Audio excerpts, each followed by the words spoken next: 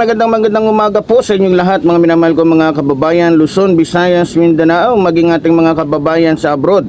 Lalong-lalo na po especially yung ating mahal na Pangulong Ferdinand Marcos Jr. At sa umaga pong ito, mga minamahal ko mga kababayan, muli po hinihingi ko po ang inyong munting tulong, lalong-lalo na po sa ating mga kababayan na lagi po nating nakakasama sa ating programa. Huwag po kayong mag-i-skip ng ads para kahit papaano po tayo po'y makasurvive. So doon naman po sa mga kababayan natin, gusto ko lang pong ipaalala, no, bagamat tayo nananawagan at humihingi ng tulong, lalong-lalo na sa mga kababayan natin sa abroad, hindi po ito sa pilitan, no? Ito ay kung gusto nyo lang naman, no? Wala po itong sa pilitan dahil alam ko naman po na ang pera na inyong pinagpapaguran, ang pera ay inyong pinagpapaguran ng husto dyan sa abroad. Ang sinasabi ko lang po dito sa mga maluwag lamang, sa mga sobra-sobra lamang yung kanilang mga pera sa bulsa, no, para po tayo naman ay mayroon pong pambili ng upload sa tuwing tayo po ay o pambili pala ng load para araw-araw po tayo makapag-upload, mga minamahal ko mga kababayan. So bukas po palagi ang ating GCash, no, sa mga nais pong tumulong at sa mga nais naman pong mag-message sa atin. Ito po yung messenger na gamit ko ngayon dahil nga tulad po ng sinasabi ko, hindi pa po tayo makakagawa ng bago nating Facebook, no. Doon po sa mga gustong magbigay ng tulong sa inyong lingkod. So ito po, pwede po kayo magpadala pati maging sa Western Union kung gusto po ninyo. Sa mga maluwag lamang po ang kanilang pananalapi, ano, at wala po itong sa pilitan. Okay, sa araw na ito mga minamahal ko mga kababayan, pag-uusapan po natin. Ito na nga yung sinasabi natin. Alam nyo, nagiging kalakaran na po dito po sa ating bansa, no? Basta mayayaman. Basta mayayaman. Pansin na pansin po ng taong bayan yan. Basta mayayaman yung nai-involve po sa katiwalian, sa isang krimen, madalas sa kanila o madali sa kanila na lumabas po sa ibang bansa, no? Lalong-lalo na po ito pong si Loren Legarda, maging itong si Libiste, na kung saan itong mag-inang ito ay nai-involve po ngayon sa issue at posibleng makasuhan ng plunder, no, ng ombudsman. Ngayon dahil nga po sa issue ni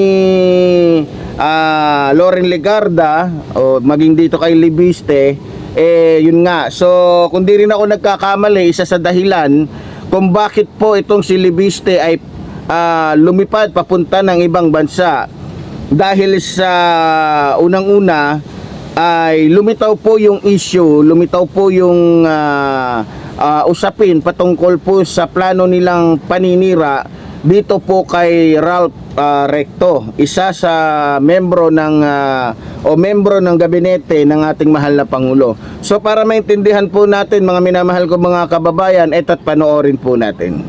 Sa gitna naman ng issue sa muli planong paninira kay Executive Secretary Ralph Recto, nag-abroad na raw si Congressman Leandro Libiste ayon sa Bureau of Immigration. Mensahe naman sa kanya ni NBI Chief Melvin Matibag, bon voyage. Hawak na rin daw na ahensya ang mga ebidensyang sinlakas ni Superman. Nasa frontline ng balitang yan si Gio Robles. Yung ebidensya naman nandiyan dyan. Sabi nyo nga, malakas. Kasi lakas ni Superman yung ebidensya. Kumpiyansa si NBI Director Melvin Matibag sa mga ebidensya na posibleng magdiin kay dating Negros Oriental Congressman Jing Paras at Batangas 1st District Representative Leandro Libiste kaugnay ng investigasyon sa umano'y tangkang character assassination laban kay Executive Secretary Ralph Recto. Ayon kay Matibag, nakaabang ang kampo ni Recto sa magiging resulta ng fact-finding ng NBI bago gumawa ng legal na hakbang. Sa kabila nito, iginiit ni Matibag na hindi pa itinuturing na sospek sina Paras at Libiste. Pero may nais daw siyang linawin sa dalawa. Number one, directed to Congressman Jing Paras. Are you categorically denying na nag-usap kayo nitong alias Ken na to? Nag-usap ba kayo o hindi? Yun lang. Pangalawa, kay Congressman Libiste, are you categorically denying na inutusan mo or nag-usap kayo ni Congressman Jing Paras para sa plano to? 4 na abogado naman mula sa isang law firm sa Ortigas ang ipapatawag din ng NBI na dawit daw sa tangkang frame-up. Ayon kay Matibag, mga kinatawan ni Leviste ang mga abogado na dumalo sa mga pagpupulong at inatasang gumawa ng script para sa affidavit ng mga artistang kinuha para siraan si Recto. Hindi muna pinangalanan ni Matibag ang mga abogado pero ipapasabi na sila ng NBI sa Lunes. Sa panayam ng News 5 sa talent manager na si Alias Ken na una niyang idinetalye kung papaano isasagawa ang balak kay Recto. Ang sabi niya, kailangan lang natin na magdala ng mga tao na kailangang marunong umarte sa gagawin nating plano. So it was a character assassination.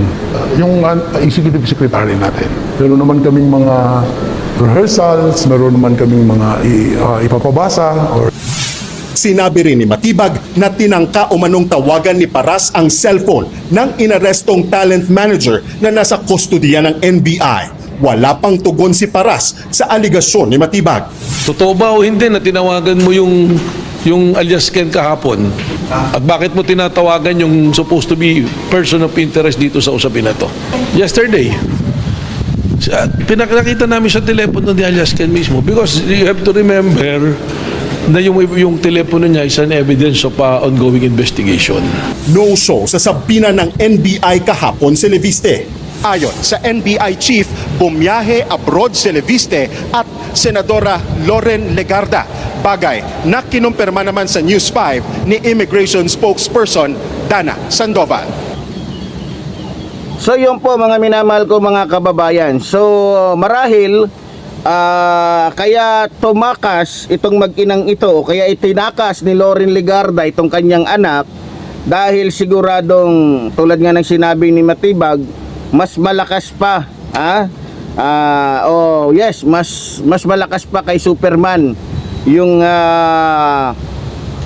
ebidensya laban po dito kay Libeste at maging sa dating congressman na kasama niya. Siguro sa nakikita ko dahil anak nga ni Loren Legarda itong si Libiste, kaya siguro halatang halata naman na sigurado ko na kaya pumunta to sa ibang bansa para maghanap yata ng matutuluyan o matitirhan. Kasi para sa akin inaanalisa ko sa ganitong sitwasyon, ano ang gagawin nila doon sa ibang bansa? Malamang hahanap yan ng isang lugar at kukuha doon ng posible nilang matirhan kung sakaling patalon-talon sila, kung sakaling palipat-lipat sila ng area. Posibleng ganun ang mangyari, mga minamahal ko mga kababayan. Alam nyo, sa totoo lang, ngayon ko lang nakikita na talagang to longest din pala. Sa haba-haba ng panahon na nirespeto natin, ito si Loren Legarda, may tinatago pala itong kahayupan. May tinatago pala itong kagaguhan, kawalangyaan sa taong bayan. 'Di ba? Sayang si Loren Legarda. Ang taas ng tingin ko dito sa babaeng ito, pero kaya pala nananahimik dahil busy sa panloloko sa taong bayan. Kaya wag tayong kumpiyansa. Dapat kapag ang isang politiko, lalong-lalo na yung mga senador, kapag tahimik yan, dapat tanungin na natin, bakit tahimik yan? Anong ginagawa niyan? Baka yan ay busy sa pagnanakaw. Katulad ng ibang mga politiko dyan. Ngayon, para sa akin po, mga minamahal ko mga kababayan, dahil siguro alam din ni Libiste na talagang may sapat na ebidensya laban sa kanila, kaya bigla siyang umalis, no? Kasama yung magulang niya. Ngayon, may balita naman ako na nagsalita itong si Boying at sabi nga niya, kung ganun ang gagawin nila, tumatakas sila, baka gusto nilang umuwing nakaposas. Sa akin naman, ang masasabi ko dito sa ating bansa, sa totoo lang, kulang tayo ng strategy. Kulang tayo ng pamamaraan Yan ang hirap sa atin Bago natin habulin, patatakasin muna natin. Ganun ang estilo dito Yan talagang nakikita ko na malayong malayo tayo sa ibang bansa.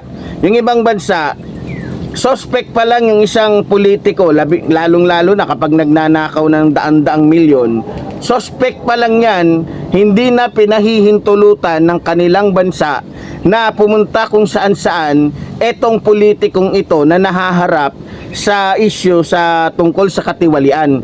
Tayo dito, nagnakaw na ng bilyon-bilyon, nanloko na ng bilyon-bilyon, meron ng malaking kasalanan na nagagawa dito sa ating bansa, nakakalabas pa rin. Sasabihin ng korte, kasi walang dahilan para sila. Anong walang dahilan? Anong sinasabi ninyo, taga-korte, na walang dahilan? Yan ang hirap sa atin dito. Kaya nagmumukha tayong katawa-tawa sa ibang bansa. Sa ibang bansa, pag may issue na ng katiwalian ng isang tao, hindi na nila pinapalabas. Inuuna nila na hadlangan yung paglabas ng taong ito dahil karamihan sa mga magnanakaw, ganun ang ginagawa. Kapag nai-involve na sila sa mga katiwalian, pumupunta na sila sa ibang bansa. Ganyan katulongges yung pamamaraan ng bansang ito. Patatakasin ninyo. Pagkatapos, hahabulin ninyo. Si Saldico, nahabol ba ninyo? Hanggang ngayon, hindi nyo pa nahahabol, hindi nyo pa nakukuha, hindi nyo pa nahuhuli.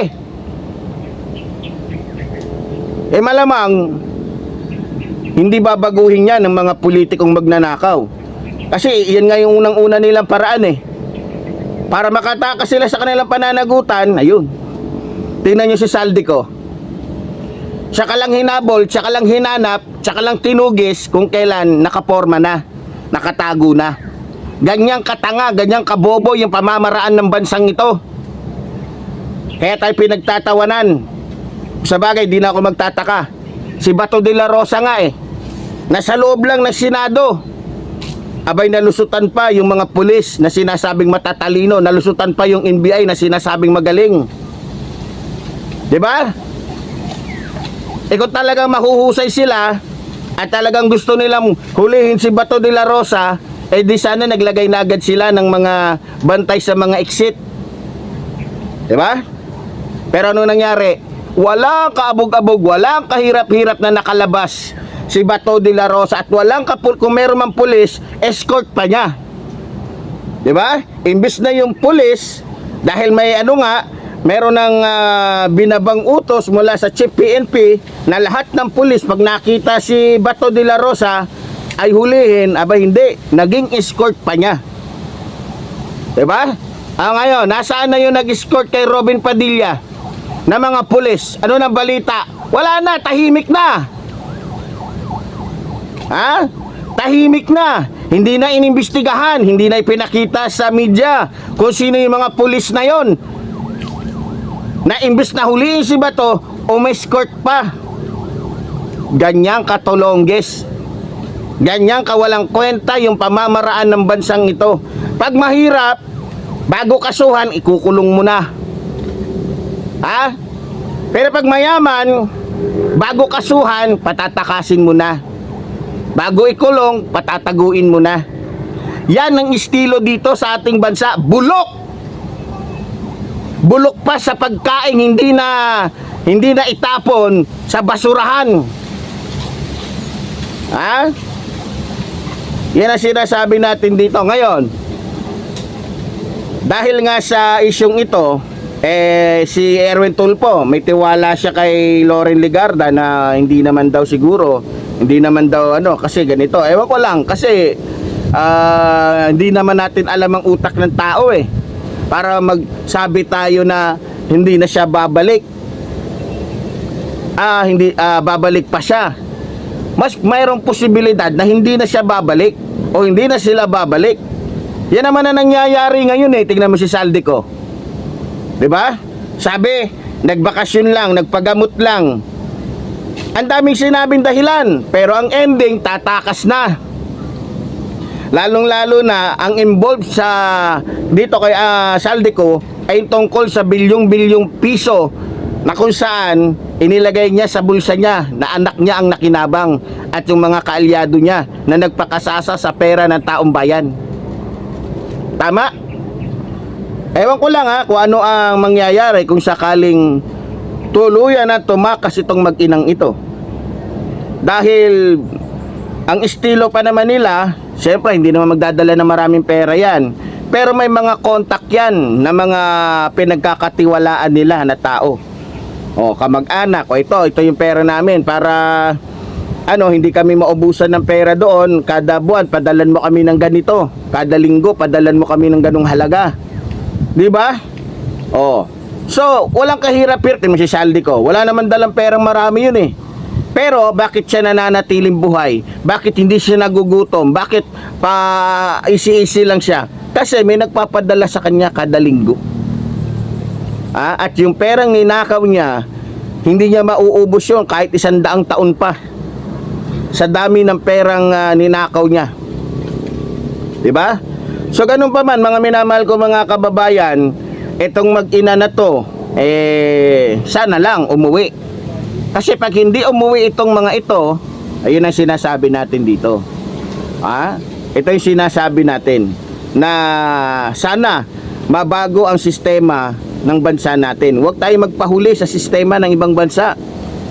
Yung ibang bansa high-tech na. Yung ibang bansa advanced na sila. Dahil alam na nila na ganyan talaga ang ginagawa ng mga nasa gobyerno. Pagka natunugan na nagnanakaw sila, nakakalayas sila, nakakalipat agad sila kung saan gusto nila. Kailangan baguhin natin yan. Mga mambabatas, bakit ayaw ninyong gawin yan? Marami bang magnanakaw sa inyo? Marami bang ayaw sa ganun yung paraan na kapag ang isang tao ay may issue na dapat harangin na agad? Huwag nang palabasin sa bansang ito. 'Di ba? Iyan sinasabi natin dito. Patatakasin mo na bago hanapin. Patatakbuhin mo na bago habulin. Yan ang sinasabi natin dito na napakalayo natin sa ibang bansa. Dapat mabago po yan, mga minamahal kong mga kababayan. Lalong-lalo na sa mga congressman natin. Doon sa mga hindi magnanakaw at walang planong magnakaw, dapat porsigihin ninyo na magkaroon ng isang batas na kapag ang isang tao ay nasilipan na may ginagawang hindi maganda at nagnanakaw ng bilyon-bilyon sa kaban ng taong bayan, dapat yung korte maglabas na agad ng order, bawal siyang lumabas. O dapat nga bawal siyang lumabas kahit man lang sa ibang probinsya. Dapat nasa loob lang siya ng kanyang baluarte. 'Di ba? Kung papaanong magaling silang magnakaw sa pera ng taong bayan, dapat ganun din kahigpit na pagbawalan sila na lumayo. Para nang sa ganon, madali lang silang makakapanagot. Hindi yung nagnakaw na nga sila, yung gobyerno pagagastusin pa nila ng milyon-milyon para lang hulihin sila. 'Di ba? Naalala ninyo si Tebes? Milyon-milyon mo na ang ginastos doon, oras, panahon. Pabalik-balik doon sa Timor-Leste bago nahuli. Etong si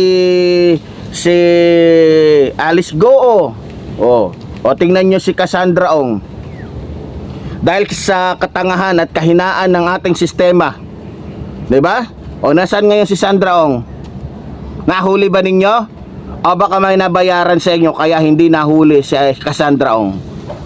Ewan ko lang Pero sa sistema na pinapakita ng ating gobyerno, mukhang hindi ako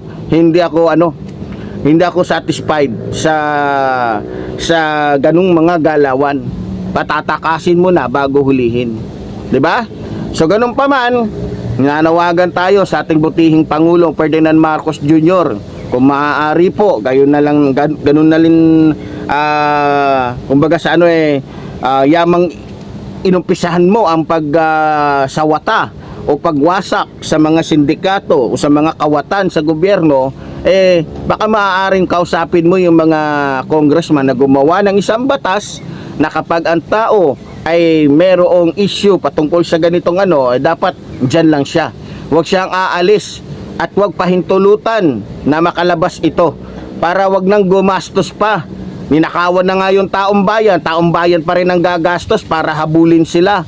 Akala nyo ba pag pinupuntahan sila sa ibang bansa, hindi gumagastos yung bansa natin ng milyon-milyon? Gumagastos yan kasi gasolina, pagkain, oras, panahon. 'Di ba? Swerte naman ng mga magnanakaw na yan. 'Di ba? Para hindi na tayo gumastos, para hindi na lalong lumiit yung pera natin, gumawa tayo ng batas nakukontrol sa mga galaw ng mga taong magnanakaw. Gumawa tayo ng isang batas na kung saan ay magbabawal sa mga kawatan na makalipad papunta ng ibang bansa, nang sa ganon madali nilang haharapin yung kanilang mga ginawang katarantaduhan sa taong bayan. So yun lamang po mga minamahal kong mga kababayan. Sumuli po, tulad po ng sinasabi ng inyong lingkod, mabuhay po ang ating inang bayan, mabuhay po ang nagmamahal sa ating inang bayan. Maraming salamat po.